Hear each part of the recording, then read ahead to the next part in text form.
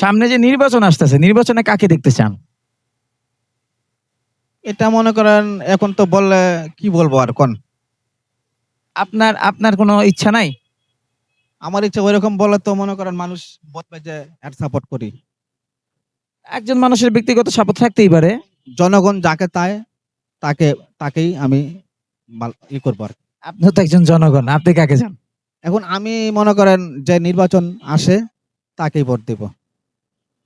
নির্বাচনে তো সবাই দাঁড়াচ্ছে।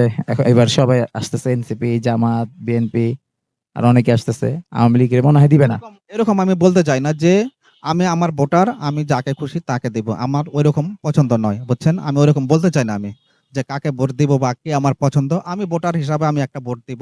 যাকে আমার মন চায় আমি তাকেই ভোট দিব। আমি ওইরকম। জি, যে নির্বাচিত হবে তার কাছ থেকে কোনো প্রত্যাশা আছে যে দেশের এই করলে ভালো হবে?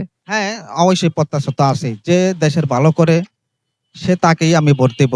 আর আমি মনে করেন ওইরকম ভাবে যে বলবে, আসবে তাকে আমি ভোট দেব।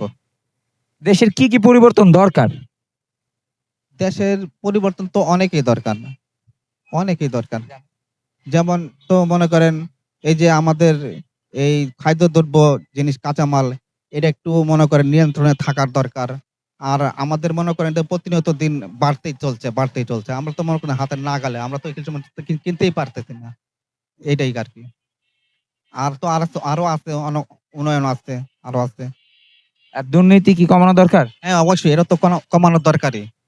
এটা কমানোর দরকারই। দুর্নীতি কমানোর দরকারই। আর এই যে রাস্তাঘাটে কত এই হয় এগুলাও কমার দরকারই।